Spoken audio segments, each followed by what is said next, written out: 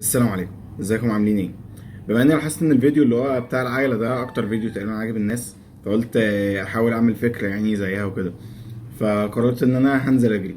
وبما اني قاعد بقالي كتير فقلت ان انا لازم انزل الاول اسخن رجلي وكده اظبط يعني الدنيا. فنزلت من يجي حوالي 6 ايام وجريت 4 ايام. المسافة طبعا كانت كبيرة شوية. كنت باجي من اول الشون عندنا هنا في المحل لحد بره، لحد القاعات اللي هي موجودة بره دي، لحد ما وصلت لمسافة يعني معينة. بعد قمت قايل خلاص انا هنزل بقى عشان اجري يعني. فريحت اليوم اللي بعده ونزلت في سادس يوم قلت انا هبدأ بقى اجري لحد ما اتعب خالص. انا كنت مرتب ان انا هجري لحد كارفور، بس جالي شد في رجلي وانا في الرشدية، فركبت القطر ورجعت. المسافة تقريبا حوالي يعني من أول بوابة المحل لحد الرشدية، هما كاتبين على جوجل إن هي حوالي 19 كيلو 8 من 10. فلو زودنا كمان 2 كيلو أو المسافة بقى اللي هي من أول الشون لحد بوابة المحلة، فحوالي 21 كيلو وشوية يعني. فحابب بقى إن أنا أشارككم الموضوع ده معايا، ويلا نشوف أنا عملت إيه. لسه نازل أهو، وأنا بعد الشون أهو بشوية.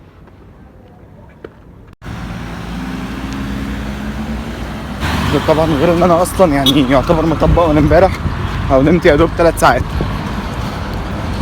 فطبعا شاد. كمان الشنطه اول مره اشيل شنطه وانا بجري، او شلت قبل كده بس كانت مسافه قليله يعني. فربنا يسهل برضه. داخل على اول يافطه اهو، 20 كيلو. هقدر طيب اخد المسافه دي ولا ايه؟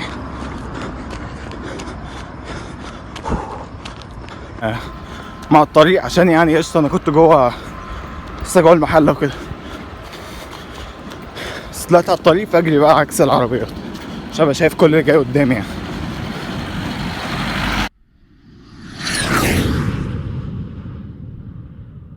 طب الناحية التانية 18 كيلو.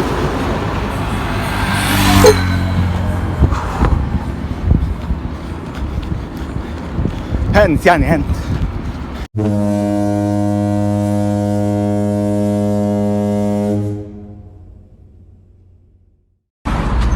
هانت هو لسه 16 كيلو. ما بس بيحبوا يمسحوا يعني.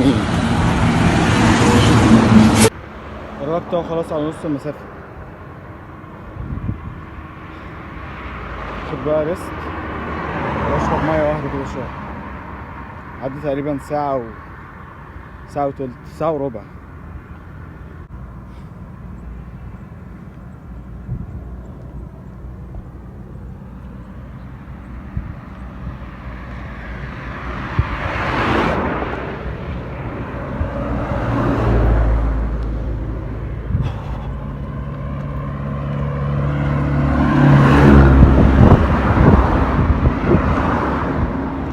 طبعا العربيات والناس تقعد تبص بصة غريبة يعني، مش عارف ليه الصراحة،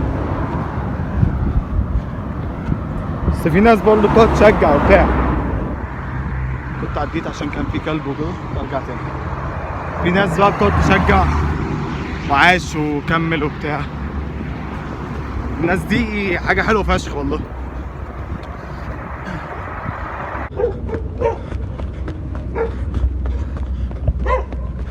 عامل ايه يا اختي؟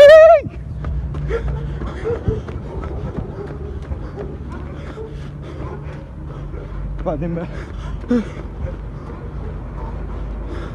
طبعا حوار الكلب اللي جرى ورايا ده بقى يعني خوفني فشخ يعني. انا اصلا كنت بجري وبتاع.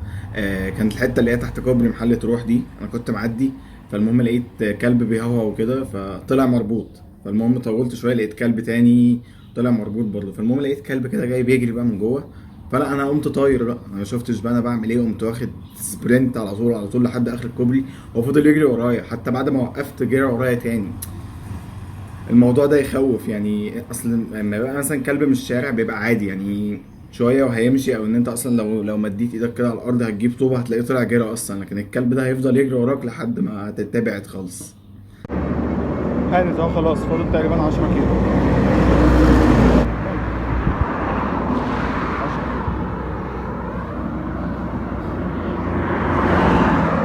طبعا مش قادر خالص، والميه خلصت ومفيش حد اجيب منه لا ميه ولا عصير.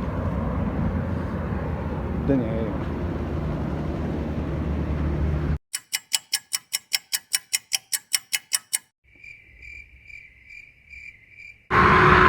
طبعا الحته دي لما بقى بالعجله تبقى احسن حته في الطريق. هي بعد كوبري محل تروح بشويه، واحسن حته في الطريق فعلا. لسه برضه على فكره ما لقيتش ميه ولا عصير. داخل على شبشير خلاص، هانت اهو، هانت. الحمد لله لقيت البتاع دي اشرب منها.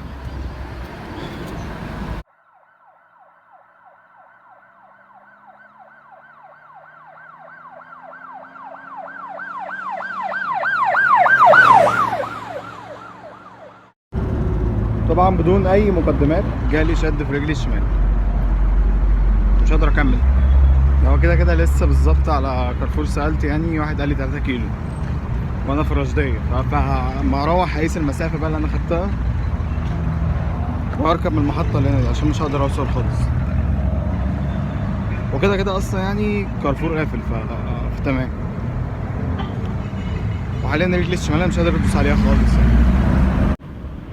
طبعا الشد اللي في الخلفيه ده بيجي لي تقريبا يعني من زمان جدا يعني، بس انا يعني اتعلمت الموضوع ده بالذات درس يعني، ان انا مهما كان الموضوع بعيد يعني. انا اقصى مسافه كنت اخدتها جري قبل كده يعني من فتره كمان كبيره، كنت باجي لحد العلو يعني، من الشون للعلو اللي هي بما يعادل تقريبا 2.5 كيلو 3 كيلو بالكتير قوي، خد رايح جاي، وكنت بريح وبتاع واقف وكده. فان انا حطيت لنفسي هدف ان انا عايز اروح كارفور، طب ما ننزل نشوف الدنيا دي ومش عارف ايه، وحققت الموضوع ده في 4 ايام. فالموضوع ده علمني حاجه، ان انا لو ليا هدف بعيد مثلا يعني، ان انا لو انا قلت مثلا عايز اوصل المريخ بسهوله جدا هوصل لحد اخر الارض يعني. انا في اول يوم وصلت المسافه عمري ما وصلت لها، وصلت تقريبا ضعف المسافه اللي انا كنت باخدها قبل كده، وما كنتش تعبان يعني، وما كنتش ميت. اتعلمت الموضوع ده جدا يعني من الحوار ده. بس وهقعد بقى على رجلي اهو، حجزت اهو تذكره بجنيه مش بتاع من الرجليه هنا يعني. كان نفسي والله اخد المسافه دي بس مش هقدر خالص، فهروح بقى. بس انا الموضوع كان صعب بالنسبه لي ان انا اخد المسافه دي، تقريبا اخدتها في ساعتين وتلت تقريبا. السرعه المتوسطه كانت 8 و8 ونص. المهم ان الفيديو ده يعني موتيفيشن للرياضه، ده يعتبر تاني فيديو موتيفيشن للرياضه. وانت حاول انك تتحرك، حاول انك تنزل تعمل رياضه، ما تسيبش جسمك ان انت مثلا وزنك يزيد وتفضل قاعد في البيت وتقول انا مكسل ومش قادر وبتاع. انا ذات نفسي حصل معايا الموضوع ده، وكان وزني زاد وبقى شكلي وحش جدا، بس انا باذن الله يعني في الفترة الجاية وزني مش هيزيد تاني. ان انا هحاول ان انا اعمل رياضة في اي وقت، هنزل بالعجلة، هنزل اجري، هنزل جيم، هنزل اجري في الشارع عادي. هطلع اتمرن مع نفسي في البيت، هنا في البيت هجيب حبل هلعب بيه، هلعب شويه كارديو، هلعب سويدي في البيت عادي جدا. لو انت عايز ان جسمك يتحسن، انت هتحسن جسمك بس بالاصرار والعزيمه، وان انت تتحرك، ما تثبتش، ما تقولش انا لا مش هعمل حاجه انا مش قادر. اتحرك وباذن الله هتقدر. بس كده. يا رب يكون الفيديو عجبكم، ما تنسوش تعملوا شير ولايك وسبسكرايب للقناه. اعملوا سبسكرايب بقى يعني الفيديو عجبكم بقى يعني وكده، واكيد عجبكم يعني عشان انا جامد وبتاع. ومستني اراك تحت في الكومنتس، وان شاء الله هنعمل بقى فيديوهات تانية قريب موتيفيشن رياضة، برضه هنعمل فيديوهات موتيفيشن حاجات تانية. بس كده. السلام عليكم.